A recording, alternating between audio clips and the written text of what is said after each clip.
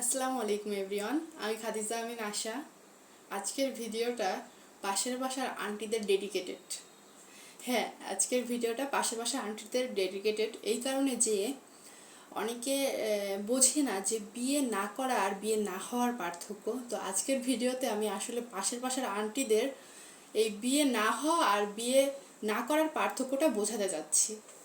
বিয়ে না করা মানে হলো যে কেউ হয়তো বিয়ে করতে চায়, সে বিয়ে করছে, সংসার করছে, বা কারো স্বপ্ন থাকতে পারে সংসারের আগে সে ক্যারিয়ার গোছাবে, তারপর সংসারে পা দিবে। তো সবার স্বপ্ন এক না, কেউ বিদেশে যে পড়াশোনা করতে চায় বা ক্যারিয়ার করতে চায়, সেটেল হতে চায়, বা কেউ দেশে সরকারি চাকরির জন্য প্রিপারেশন নিচ্ছে, চাকরি করবে দেন বিয়ে করবে, এমন একটা প্ল্যান থাকে। তো সবার তো আর সংসার করা একমাত্র লক্ষ্য বা উদ্দেশ্য হয়ে থাকে না। সেক্ষেত্রে তারা কি করে, বিয়েটা দেরিতে করে, বা তারা ভাবে যে আগে আমরা ক্যারিয়ার গোছাই তারপর বিয়ে করব। তো সেক্ষেত্রে পাশের বাসার আন্টিরা ভাবে যে বিয়ে হচ্ছে না, অমুকের ছেলের বিয়ে হচ্ছে না, অমুকের মেয়ের বিয়ে হচ্ছে না।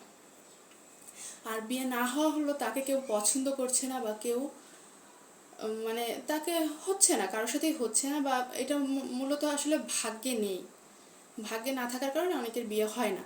তো জন্ম মৃত্যু বিয়ে আমরা মনে করি যে এই তিনটাই আল্লাহর হাতে, কিন্তু আসলে আল্লাহর হাতে কিন্তু সব কিছুই। এই যে আমরা নিঃশ্বাস নিচ্ছি, গাছের একটা পাতাও আল্লাহর ইশারায় হচ্ছে। তা আল্লাহর হুকুম ছাড়া তো কিছু হয় না দুনিয়ায়।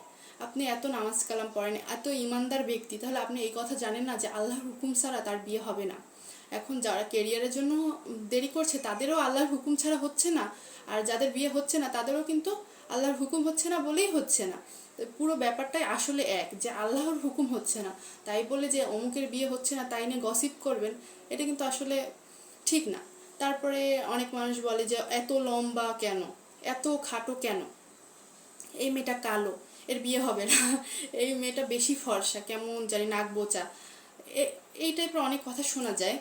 তো আমি যখন চিকন ছিলাম, অনেক চিকন ছিলাম আমি, যারা আমাকে ছোটোবেলা থেকে চিনে, তো তখন বলতো কি তোর বাপ মা তোকে খেতে দেয় না, আর এখন বলে কি সব কি একাই খাস।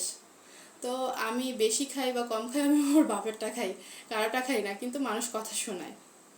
তারপর কেউ কালো হলে তাকে কালো বলে খোঁটা দেয়, ইভেন ফর্সা মানুষকে আমি কালো বলতে শুনেছি।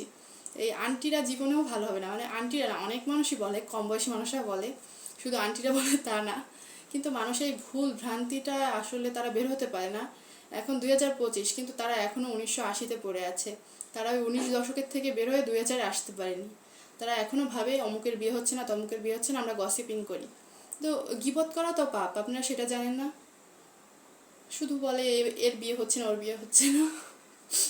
তো আমার মনে হলো যে মানুষকে যে কষ্ট দিয়ে কথা বলেন, আসলে মানুষের অন্তরে কতটা কষ্ট লাগে, এই কষ্টের হিসাবও কিন্তু আপনাকে দিতে হবে। পৃথিবীতে আপনি যা করবেন, প্রতিটা কথা, প্রতিটা কাজের জন্য আপনাকে হিসাব দিতে হবে। তাই অন্যের পেছনে লাগা বাদ দিয়ে আল্লাহর ইবাদত করেন, that's a great work. And আপনি নিজে সেফ থাকবেন, আরেকজন আপনার কাছ থেকে সেফ থাকবে। তাই আমি সবসময় সাজেস্ট করি যে মানুষকে কষ্ট দিয়ে কথা বলবেন। একটা কষ্ট, মানুষের একটা কষ্ট লাগলে আপনি যে, আপনারও তো এর একটা ফল, এটার ভোগ করবেন না। তাই মানুষের থেকে দূরে থাকা বা মানুষের সাথে কথা কম বলা সব থেকে উত্তম। আজকের ভিডিওটা এই পর্যন্ত। আল্লাহ হাফিজ।